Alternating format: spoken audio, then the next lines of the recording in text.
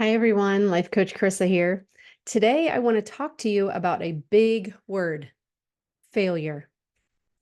We were taught to avoid failure, but we must experience it to know what's right and wrong for us. Failure helps us gather data and learn. The higher tolerance you build for failure, the more resilient you become. It can really become a superpower. I didn't used to understand this. My whole goal was to avoid failure, avoid losses, avoid anything that my brain perceived as going wrong. I needed to be perfect, do it right the first time, never make a mistake. It's unachievable, and actually, it limits your capacity for going after the things you want in your life. I mean, imagine never failing. You would never know your limits. Because remember, failure is just a feeling. It cannot harm you. It is a vibration in your body. Change your meaning and your relationship with failure. Until you decide to make it painful, it is truly just data. Let it be hard, and you will get stronger and more resilient to what life can throw at you. I mean, attempts move us forward, right? Forward progression. Failure is just a story that we create in our brain. And it's the biggest reason we don't access our full potential. We're too afraid of failing. We're teaching our children this. When you're afraid, you stop creating results. But if you're willing to fail, you learn. I mean, succeeding can be easy when you stay in the confines of what you already know, right? Of course, you can succeed at your own limits that are often safe. But if you're willing to fail, you'll monitor your mind, you'll process your emotions, and you'll move more rapidly towards your desired contribution or outcome. This isn't about just busyness, it's about actually the wins or the losses. I did this and I got this result. I tried this and I got this result. We access new parts of our brain when we try and fail. I mean, failure is the pathway to success. A small percentage of tries may work, while a large percentage may not. So allow space for not knowing how to do it. You only know how to do something the minute that you've done it, not a minute sooner, right? It's all part of the process. Another thing to watch for is watch in staying in confusion because it lets you avoid failure. I did this a lot. I don't know what to do. I don't know what I don't know, and I just didn't even want to fail. I had a resistance to it. But once you start failing a lot, you actually start winning because you're learning, you're gathering data, you're knowing what works and what doesn't, which gives you new paths to try. I mean, I know you've probably heard this, right? If I told you like that the people who failed the most were the biggest contributors in our world. It's true, but it's so hard to do, right? I mean, like, think about it. Let's say you were seeking a life partner at some point in your life, were you dead set on thinking that the first person you met needed to be the one? I mean, no, you were probably thinking, do I like this person? Is this the one? Imagine if you believed that the first person you met must be the one that you had to choose because you can't have failure attempts. I mean, what pressure and what expectation is that? Can you see how that wouldn't serve you? That you would be making decisions out of like avoiding failure? You wouldn't be able to gather like the pros and the cons and the data and adequately decide what is a good move for you, right? Because you're so focused on not having the feeling of failure because we're usually trying to avoid those negative emotions. But again, they're just a feeling, they're just a vibration in your body. When we can get more comfortable with feeling the negative emotions, we really become unstoppable. I mean, I was talking about people who have made big contributions that failed. And I know that, You've probably heard these names all the time because they're the ones you most commonly hear, but like Thomas Edison and Henry Ford and Walt Disney, Oprah Winfrey, J.K. Rowling, Steve Jobs, Albert Einstein. We've all heard about them, how they had so many failures before they became famous. But I actually want to do a little research and find some people that are a little less well known, and tell their story, right? Because they were just like us, average, everyday people who are trying to move towards something that we have a desire to. And we have this ingrained training that failure is bad. So I hope we can just each, glean some takeaways from these individuals. Milton Hershey, he faced several business failures, including 3 candy companies that went bankrupt before he found success. 3 companies that went bankrupt. How many of us would be willing to keep going, right? He eventually founded the Hershey Company and he revolutionized the chocolate industry, and he has created numerous philanthropic initiatives from his legacy. Sylvester Stallone, he struggled as an actor and a writer, and he faced numerous rejections. He lived in poverty before he sold the script for Rocky with his condition that he would play the lead role. He became an iconic actor and filmmaker, and he inspired countless individuals with his underdog story. Imagine if he was afraid of the failures.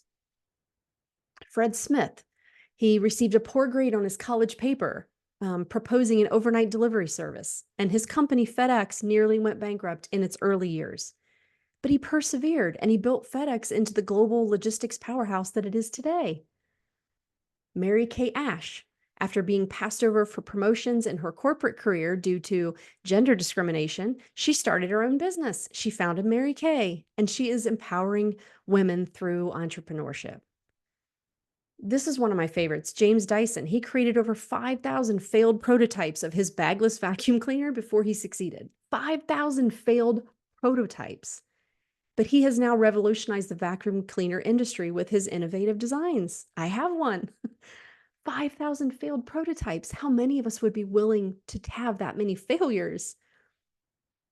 Sarah Blakely, she faced numerous rejections from manufacturers when she was trying to produce her idea for Spanx, but she persisted and she founded that company, and she has revolutionized the shapewear industry.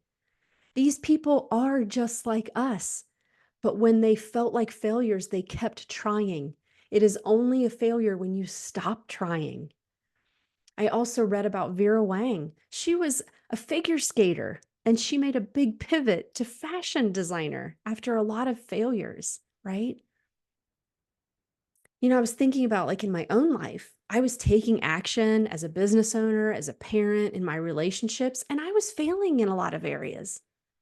And it was only that when I looked closer that, I began to see, what did I really want to create?